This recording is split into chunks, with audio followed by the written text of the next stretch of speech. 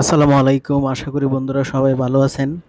ঘরে বসেই অনলাইনের মাধ্যমে চালানের মাধ্যমে আপনার যে কোনো সরকারি বেসরকারি সেবার ফি জমা দিতে পারবেন। তার জন্য আপনার মোবাইল অথবা কম্পিউটার থেকে যে কোনো ব্রাউজার ওপেন করে চালান, এখান থেকে এই যে চালান এই ওয়েবসাইটে প্রবেশ করবেন। প্রবেশ করার পর এখান থেকে এই যে চালান এরকম একটা ওয়েবসাইট দেখতে পাবেন। ওয়েবসাইট এখান থেকে আপনি নিচে এই যে পাসপোর্টের জন্য পাসপোর্ট ফ্রি, এখান থেকে আপনার পাসপোর্টের জন্যও টাকা জমা দিতে পারবেন। এনবিআর এর জন্য আপনি এখান থেকে টাকা জমা দিতে পারবেন। এই দুইটি সেবা ছাড়াও যদি আপনি অন্যান্য প্রতিষ্ঠানে নিতে চান তাহলে এখান থেকে এই যে সকল কোড এই অপশনটা সিলেক্ট করবেন। করার পর যে সরকারি প্রতিষ্ঠান বরাবর যে উদ্দেশ্যে চালান জমা দেওয়া হচ্ছে এখান থেকে সকল প্রতিষ্ঠান ভিত্তিক এই যে এখান থেকে আপনার মন্ত্রণালয় থেকেও আপনি সিলেকশন করে আপনার প্রতিষ্ঠানটা বাছাই করে নিতে পারবেন। রাজস্ব বা সেবা ভিত্তিক এই অপশন, এই তিনটা অপশন দেখতে পাবেন।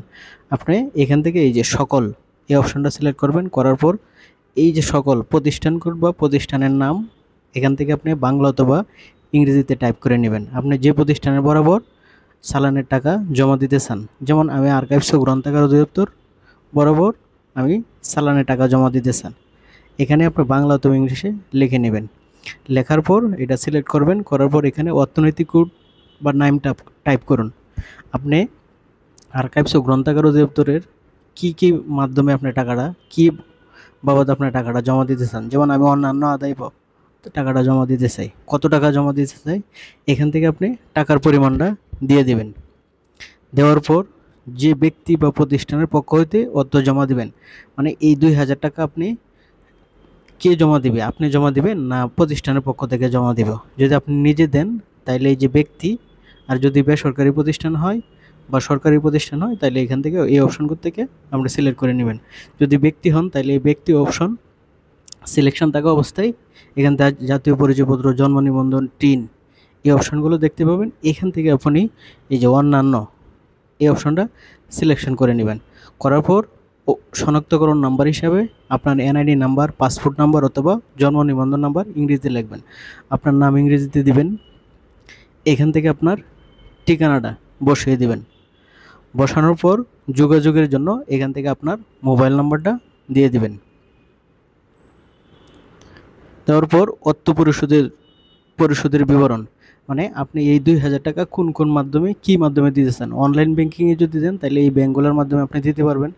মোবাইল ব্যাংকিংয়ের মাধ্যমে দিতে চাইলে বিকাশ, নগদ, রকেট, কার্ড পেমেন্টের মাধ্যমেও টাকা জমা দিতে পারবেন। সেলফ আপনি নিজে গিয়েও এই 2000 টাকা ব্যাংক কাউন্টারেও জমা দিতে পারবেন। যদি আপনি মোবাইল ব্যাংকিংয়ের মাধ্যমে এই টাকাটা জমা দিতে চান তাহলে এখান থেকে আপনি এই যে মোবাইল ব্যাংকিং অপশনটা সিলেক্ট করবেন। করার পর মোবাইল ব্যাংকিংয়ের কোন মাধ্যমে দিতে চান তার সিলেকশন থাকা অবস্থায় মন্তব্য যদি থাকে মন্তব্য লেখার পর এখান থেকে সংরক্ষণ অপশনে সিলেক্ট করবেন। করার সাথে সাথে এখান থেকে এই যে বিকাশের পেমেন্ট এরকম গেটওয়ে আসবে, এখান থেকে প্রসিড অপশনে সিলেক্ট করবেন। করার পর এখান থেকে আপনার বিকাশ নাম্বারটা দিয়ে দিবেন। দেওয়ার পর একটা ওটিপি চলে যাবে, ওটিপিটা এখানে বসিয়ে দিবেন। বসানোর পর এখানে আপনার পাসওয়ার্ডটা দিয়ে দিবেন। পাসওয়ার্ডটা দেওয়ার পর কনফার্ম অপশনে ক্লিক করার সাথে সাথে আপনার এখান থেকে টাকাটা কেটে নিয়ে এরকম একটা চালান ডাউনলোড হবে। এই চালানটা আপনার যে প্রতিষ্ঠানের বরাবর টাকা জমা দিয়েছেন তার উদ্দেশ্যে ব্যবহার করতে পারবেন। ধন্যবাদ ভিডিওটা দেখার জন্য। আমার এই ভিডিওটা যদি ভালো লাগে আমার চ্যানেলটা সাবস্ক্রাইব করবেন এবং পরবর্তী যে কোনো ভিডিওর জন্য পাশের বেল আইকনটা চালু রাখবেন। আল্লাহ হাফেজ।